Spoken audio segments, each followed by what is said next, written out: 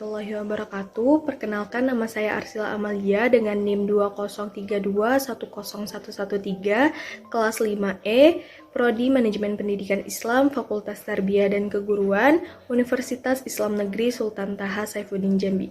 Baiklah, saya akan menjelaskan mengenai analisis waktu perubahan yang tepat guna memenuhi ujian tengah semester mata kuliah Manajemen Perubahan dengan dosen pengampu Bapak Dr. Andes Syamsul Huda, MPD. Paradox of Change. Paradox of Change adalah fenomena di mana seseorang ingin melakukan perubahan, tetapi pada saat yang bersamaan merasa takut atau enggan untuk melakukannya. Perubahan-perubahan yang maha dahsyat tentunya bisa memporak-porandakan perusahaan-perusahaan yang tidak mempunyai struktur yang hebat. Mengapa perusahaan-perusahaan yang tidak mempunyai struktur yang kuat tahu mengapa mereka tidak membangun kekuatan-kekuatan itu? Beberapa hal yang menyebabkan hal tersebut terjadi antara lain yang pertama ada paradox of change, salah angkat direksi atau komisaris. Yang kedua, paradox of change, tidak boleh memberhentikan karyawan. Yang ketiga, paradox of change, hanya bekerja. Yang keempat, paradox of change, terlalu banyak kontrol. Yang kelima, paradox of change, terlalu banyak perlindungan. Selanjutnya, strategi dalam perubahan. Tujuan dari setiap langkah-langkah perubahan adalah mempertahankan dan melangsungkan kehidupan. Berubah artinya beradaptasi. Menyesuaikan diri bagi suatu perusahaan iklim itu bisa berbentuk regulasi dan deregulasi.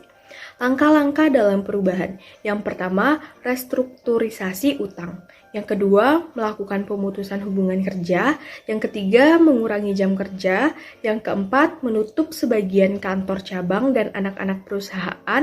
Yang kelima, mengurangi atau memangkas biaya-biaya tertentu. Yang keenam, re-engineering. Yang ketujuh, menetapkan strategi-strategi baru. Yang kedelapan, menggandeng mitra baru yang lebih kuat. Yang kesembilan, mengganti manajemen, menutup perusahaan, dan likuidasi. Selanjutnya, analisis waktu perubahan yang dipilih. Penting untuk melakukan analisis waktu perubahan yang dipilih dengan cermat. Nah, berikut adalah beberapa hal yang perlu dipertimbangkan dalam analisis waktu perubahan yang tepat. Yang pertama, tujuan. Tentukan tujuan perubahan yang ingin dicapai dan pastikan bahwa perubahan tersebut sesuai dengan visi misi yang telah ditetapkan. Yang kedua, kesiapan. Pastikan bahwa organisasi atau individu yang mengalami perubahan sudah siap secara mental dan fisik untuk menghadapi perubahan tersebut. Yang ketiga, ada konteks. Pertimbangkan konteks di mana perubahan akan terjadi, termasuk faktor-faktor seperti budaya organisasi, lingkungan eksternal, dan kondisi pasar. Selanjutnya, dampak. Pertimbangkan dampak yang mungkin terjadi akibat perubahan tersebut, baik positif maupun negatif, dan cari cara untuk meminimalkan dampak negatif. Dan yang terakhir, waktu. Pilih waktu yang tepat untuk melakukan perubahan, misalnya saat organisasi sedang mengalami masa transisi atau ketika ada kesempatan untuk memanfaatkan peluang baru. Terdapat 3 waktu perubahan yang harus dipilih oleh organisasi untuk memperpanjang hidupnya.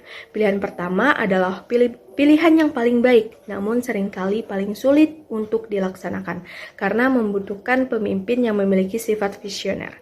Yang kedua adalah waktu perubahan yang dipilih atau mungkin baru disadari ketika organisasi mulai mengalami penurunan kinerja.